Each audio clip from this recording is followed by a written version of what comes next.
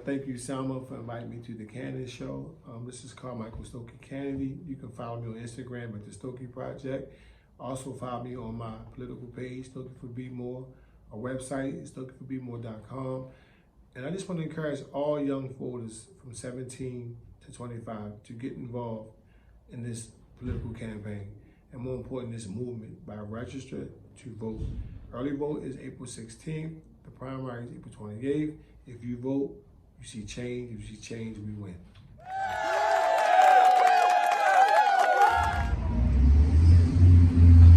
Welcome to the Stokey Project headquarters. Thank you. Thank you for coming, Salma.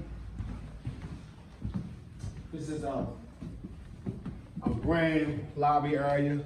This is one of our meeting areas in here, which, people come in and get the opportunity to brainstorm, come up with some ideas that we know that's going to work. Right, comprehensive, robust atmosphere. This is the volunteer coordinator at our office right here. This is another area. This is the semi-tank where we have all type of conferences in here. We cleaned up now. We want to be sanitary, tight, get a special guest coming. And then right here is the think tank. It's the think tank. This is where all the ideas come to fruition. All the people who are inspired to see change, they come and they throw their ideas on the wall, and we use what we think and apply. And when we don't, we let it fly. So this is the campaign headquarters. And this is the vault. So the vault is more like, the vault is more like a storage area where we keep a lot of stuff at, and we want to make sure no one can get you. So this is it. Thank you. Thank you so much. Thank you so much for being at the Cannon show. Welcome. Thank you for having me, and thank y'all for traveling all the way to Baltimore to see me. Absolutely. It's totally worth it. I think so. It is. So let's go right to your giving back to the community. What made you say, hey, I'm going to start being involved as much as you are right now? Well, my community initiative started way back in the late 90s, mid 90s, late 90s. I'm born and raised in a section of Baltimore called Reservoir Hill, better known as Whitelock, and I grew up in what I consider a semi-rough neighborhood, but we always gave back, and we made bad decisions. So let me say, the neighborhood was pretty much real good. And I always wanted to be like the people who I grew up under, who was always community driven, whether it be basketball, back to school events and things of that nature, supporting the local recreation department. And when I had the opportunity to get back, I thought that was the right thing to do. So it started way back then.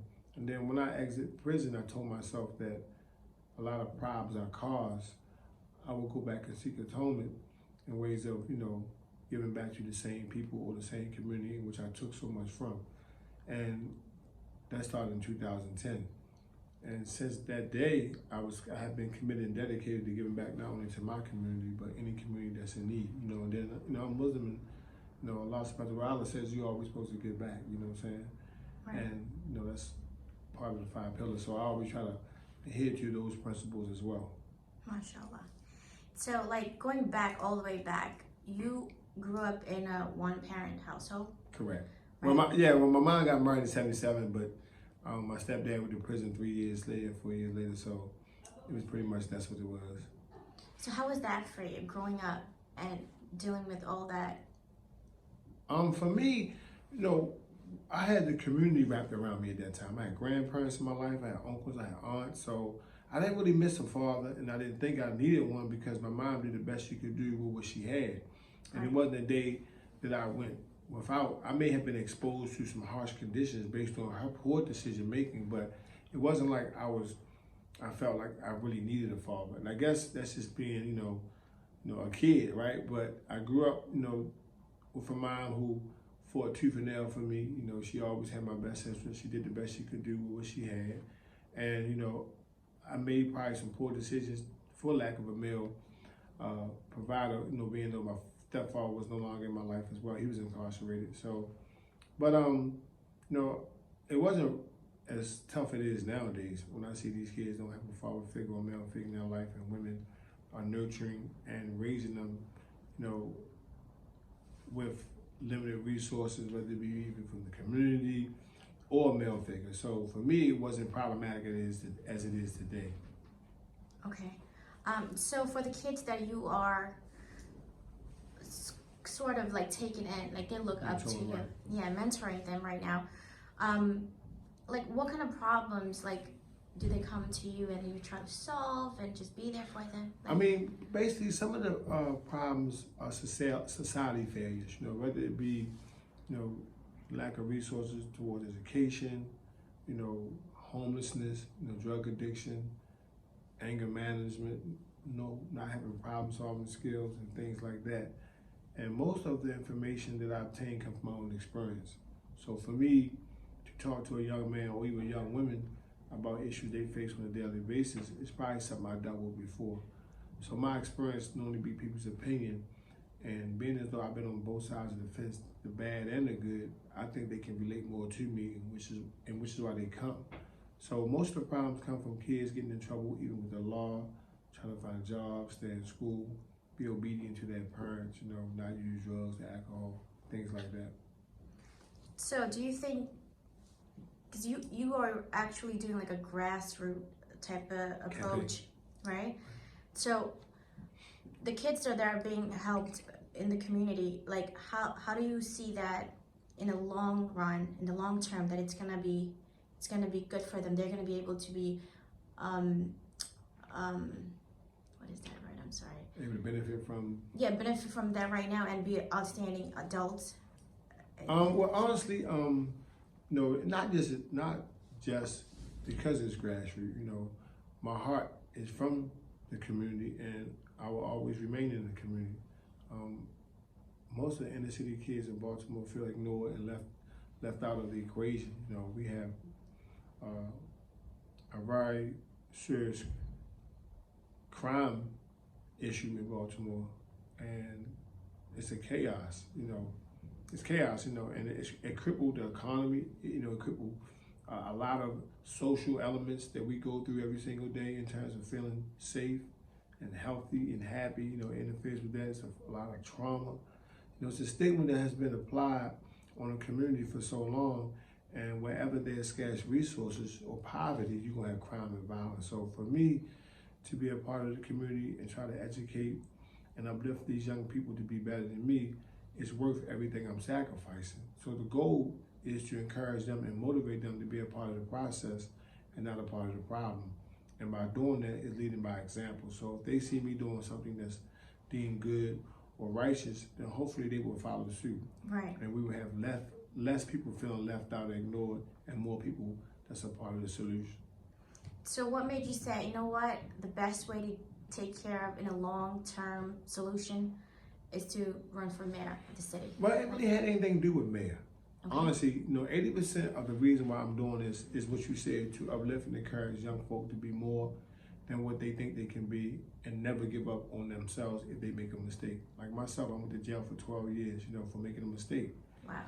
And, you know, I sought forgiveness and atonement for the crime I committed, but more importantly for the people that I committed it on.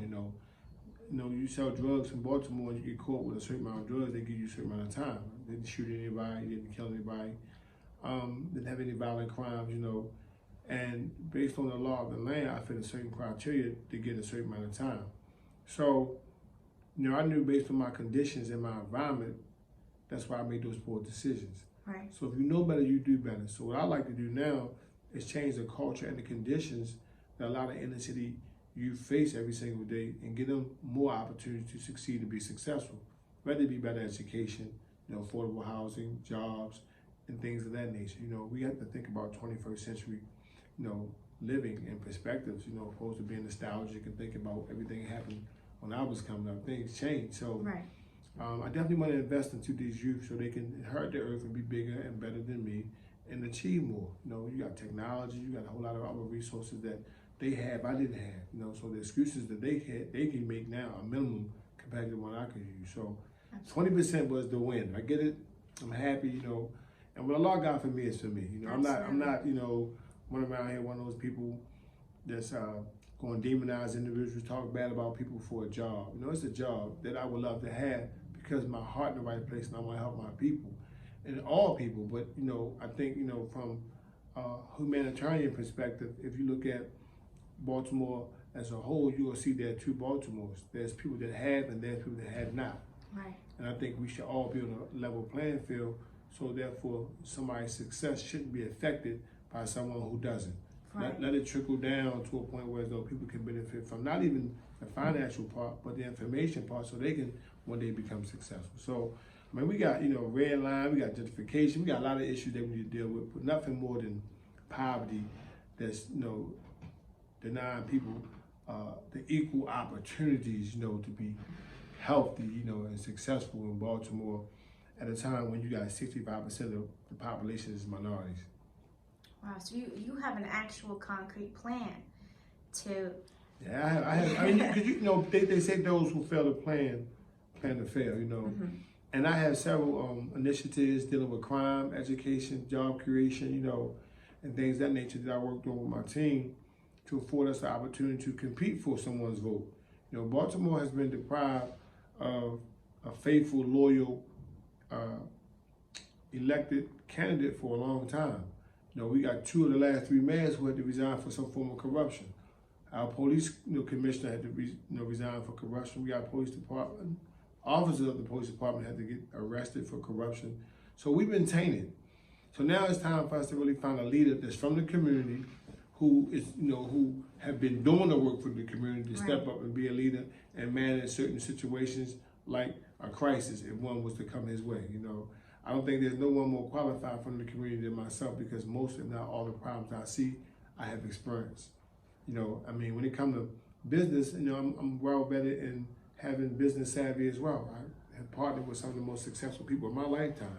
When you think about the Jay-Z's of the world, or the Jim Davises, you know, who own New Balance, I have been able to work with these people and find ways to be very successful in my individual and official capacity. So it's nothing that I can't do if I have the right people with me to do the job.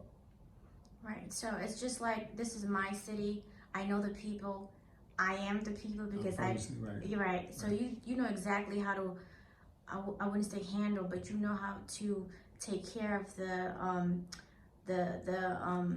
poverty, the crime. You know how to handle. If I don't, I'm gonna find someone who do. You know, I have enough common sense to know that there are certain things that I just don't know. Like, I'm not a fire chief. You know, I'm not a mechanic. If your car breaks down, you gotta call a mechanic. I have enough common sense to know to call the right mechanic. You know. And you know, you got people right now who are trying to fix problems that they don't know how it started, right? You got a mayor and a commissioner that inherited a problematic situation, but it doesn't take a rocket science to figure out how to get out of it. Right. You know, and that's how I look at it. So let's say for the people who say, oh, he's promising all these things because he wants to be a mayor, and he doesn't do what he says right now. Like, what do you say to Well, one thing about the electoral process, right, and democracy as a whole, you know, we can vote people out just like we voted them in. And unfortunately, it's a 4-year process. But I always tell people, look at my record. You know, I never stole from nobody. I don't need the money. You know, anybody who knows me, I do right for myself. Allah blessed me to be successful in music, marketing, and management. I'm losing millions of dollars by doing this. You know, not only am I taking time away from my family, but I'm also taking money off my table. Right. And I don't know too many people who would have done that. I love Baltimore, you know, thick and thin. I have been on the ground in every community in Baltimore for the last 10 years. It didn't start with the election process. So you got those individuals who want to be mayor, they're starting to talk to the community about giving them these things. And one thing I didn't do, I didn't promise nobody anything, because, you know, Allah knows what's best. I only can tell you what I think I'm gonna do and do my best to do it. But it starts with the people. I have a people's plan. Right. And my plan involves the people. And it's gonna be all of us making decisions for us and by us. You know what I'm saying? Because I can't go in there and saying what's best for you should be best for that person. That might not make sense. You know, you got people who don't need a better clean street, you know, or they might need more trash cans. Everybody got different needs, you know. But I think, you know, again, you know, leaders know how to manage a situation where they are afforded and awarded opportunities to showcase their strengths, right? And for me, I always say let paint is paint. It's some things I don't know and I'm gonna need help with, but I'm brave enough and smart enough to tell you that in advance I don't know. And that's finding the right qualified people to get the job done. You know, and that's how you lead effectively instead of letting the problems build up and become so problematic that, you know, you can't fix them. Right. So in a city like Baltimore, right, because the crimes and poverty, it just piled on after years and decades after decades, right? Well, not necessarily. In 2014, we had, I think, 211 homicides. And then I think the murder rate went up maybe 70%, I ain't sure. I think we had 344 in 2015 after the uprise.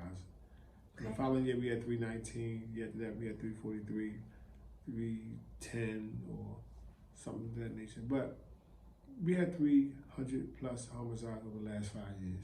Okay. And that's problematic. One too many, right? One murder is too many. But when right. you think 300 murders, you think about 1,900 and something homicides for 5 years. You know, that's the next Thurgood Marshall, Michael Jordan, this Oprah Winfrey, all those people are in there some kind of way. And think about how many lives was affected by those lives. So you think about 1,900, but every life affects every bit of 10, 50, 30, 40 people directly. You know what I'm saying? Mothers, father, grandparents, uncle, cousins, siblings, you name it. You know, so think how many lives have been traumatized by the loss of one life. Absolutely. So my question would be, like, how do you plan on touching these lives so it doesn't happen? Like, how many people can you help at once, let's say? Like, well, honestly, it's easy. I'm going to give you a scenario. Mm-hmm. If you go to the zoo and you see a lion, he probably just relaxing, chilling, you know, he knows his food's coming. If you go to the circus, a lion going to be playing, jumping through the hoops. But if you go to Africa in the wild, that lion is out there surviving, he's hunting. Right. He knows for a fact that his meal not promised. So we got to find ways to feed that lion and to tame him and train him to be able to depend on a system that may be trustworthy, you know, and conducive to his life. So what I'm saying is we move the child from the wild. Let's move our kids from all these problematic situations, put them in safe havens, give them an opportunity to grow and prosper in a very, you know, helpful, conducive way, opposed to leaving them at risk. So we got to find a way to make sure our kids are properly educated. We got 50 schools that got heating problems and air conditioning problems, right? You can't expect a kid to focus in those type of conditions. That's unusual, cruel punishment. Then you got to understand this. If you educate them, what are we teaching our kids? Are we teaching them to survive, or are we teaching them to get ahead? One of the things that I'd like to do is bring back vocational training. So in the 9th grade, because 54% of the people graduate after 9th grade. 50% of those, that 54% go to college. 40%, 46% of people who graduate or who pass 9th grade don't graduate. So in 9th grade, we had training vocational programs such as plumbing, air conditioner, heating, electrician. These everyday blue collar jobs that's a necessity to our life. Then we have more kids with jobs and less criminals because they had something to do. They don't go to college. Right. Now when they don't go to college or they graduate from high school, they don't have no trade, no experience, they're not certified or qualified. So then they sit around looking like, okay, what can I do? They become drug dealers or criminals in general, right? And you know, you're not gonna have a kid that's gonna starve. He's gonna find a way to eat. And again, as I said earlier, wherever there's, you know, lack of resources, you know, scarce resources, you're gonna have crime, violence, you know, and murder at this point in Baltimore. So what I wanna do is find ways to educate. That's number one. Create a new economy, a 21st century economy. What does that look like? That means you gotta solarize Baltimore, create jobs that way, energy efficient buildings, you know, invest in artificial intelligence to a point where though we got certain individuals that's being trained to deal with these computers and these savvy tech programs. Right. Even if you talk about looking at the medical marijuana, you know, because right now we made $94, $96 million off of medical marijuana, which, you know, it's part of, you know, what's happening to these inner cities. You know, you might say, well, recreational marijuana might make certain money. You got to find a way to do whatever it is that can create a new economy in a very healthy, conducive, successful way to boost your economy without keep raising taxes, you know, and taking out bonds from the state. And that's the normal way, because these people can't think outside the box. They can't bring no new relationship to the city. They can't bring new employment, no new ideas. So they're going to rely on the 1-2 thing: raise taxes, right? Or lock people up, you know. Right. And that shows to be a failure, because then you got mass incarceration, these same recycled guys coming out of prison, increasing the recidivism, and it goes on and on and on and on. So we got to find somebody, for one, who's been through it, who know how it works, and can show them what not to do, and help them learn what to do. And I think if you think about what has happened in D.C., when you make millionaires, you got less people committing crime. Right. Most people committing crime because of finances. Right. You know? So I want to be able to say, you know what, we made more millionaires in Baltimore than the last 5 mayors, because we got relationships. We can bring in, you know, in New York or Philly or LA, music programs. You know, 87.4% of the 1,525 people that were murdered in Baltimore was in the music. It was either in their bio or their obituary. We don't have no music programs. So why not invest in these kids? And I'm not saying let that be the end all be all, but let it be a consolation prize to a decent education. So if you want to go to be in music, you go to school, you get music for free. That way they're guaranteed to be invested in education, because they know they're going to fall back on music. Everybody don't want to be LeBron James. Right. Right, so we can't force everybody to play sports. Yes. Everybody can't rap like Meek Mill. But we got 2 of both worlds. We can at least introduce them to a lifestyle and curriculum that they can successfully, you know, apply or participate in, but they still got to be some type of learning curves. Now, what can we learn along the way to be professional and prepared to deal with society? And that way we won't have to worry about, you know, turning to crime. Okay, I have a, it might be a little biased, this question. So, let's say you have funds for like homelessness or food, but then I'll give an example for like New York City, where I'm from. They have a fund, let's say about $15 million. Right. But that 15 million, by the time they allocate that $15 million to where it's supposed to go, I mean, they're hungry, they're homeless. Like, how do you say it's going to be taken care of in a timely manner? Those funds are going to be allocated. Like, how do you? One of the things I want to do in the first 30 days, you know, is do an audit of every department under my jurisdiction to make sure that all the money that was allocated or is properly allocated and assessed, to make sure that the funds was received properly and managed properly. And then where there is SX funding, make sure that it goes into a place where we can use it for emergency purposes, you know, if need be, you know, without having to always run to people for help. Because there are ways that you can save money in the city of Baltimore based on relationships and resources, right? And if you use your example, we got 17,000 homes. I intend on creating homeless shelters, you know, in neighborhoods where, you know, people won't feel like it's being damaging or tainting the environment. You know, we got vacant homes anyway. Let's build them up, turn them into incubators or hubs for homeless shelter people, and turn them into, some of them shelters, some of them can be wrapped around service for homeless people, you know, whether it be trauma centers or drug addiction centers, you know, we can find ways to use them properly. But when it comes to funding, I mean, you got to depend on the people who are making sure that the money gets where it's supposed to go. And that's a problem Baltimore has been dealing with over the last probably decade, because the money has been misappropriated, you know, and there has been improprieties from one end to the next, you know, just causing people who need it to be without. So we got to fix that from the start by having loyal, trustworthy people with integrity working with these departments to make sure the money is properly funded and given to the right people. Well, I got my answer. No, absolutely. I mean, that's should be how it's taken care of. That's how it will be. A lot of people work together to corrupt or create a corrupt environment or corrupt culture. And it starts with leadership, you know. Absolutely. You can't keep blaming the help. When the boss or the supervisor or manager knows what's going on, it's her job to correct it and fix it, you know. And I plan to make sure that the taxpayers of Baltimore are put first. The people has to come first, because they're the ones who's keeping this thing going.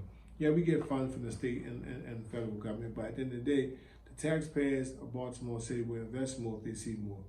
At the end of the day, I'm not talking about money, I'm talking about their time, their love, their concern. You nourish things you care about instead of ignoring it. So right now we got trees, we got landscape, we got infrastructure problems.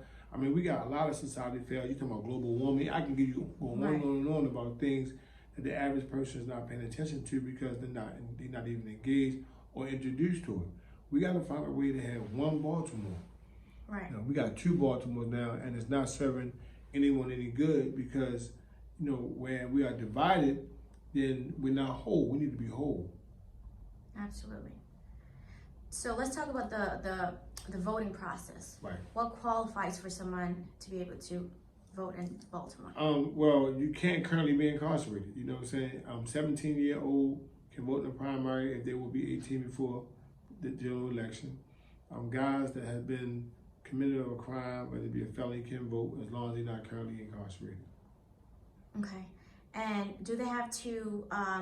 You gotta register first. First, you gotta register. I mean, you know, of course, you gotta register. That's the prerequisite Right. to voting. You got to register. And once you register, you can vote in the primary as well as the general election. Okay. So here's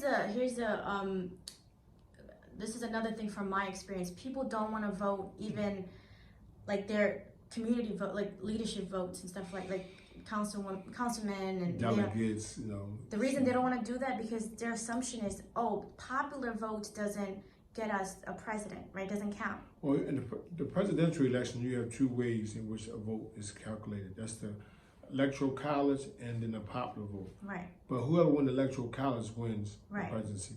That's not how it works in local government, though. Exactly. You know, it's popular vote in local government, and city council, mayor, and things like that. Government is based on popular vote.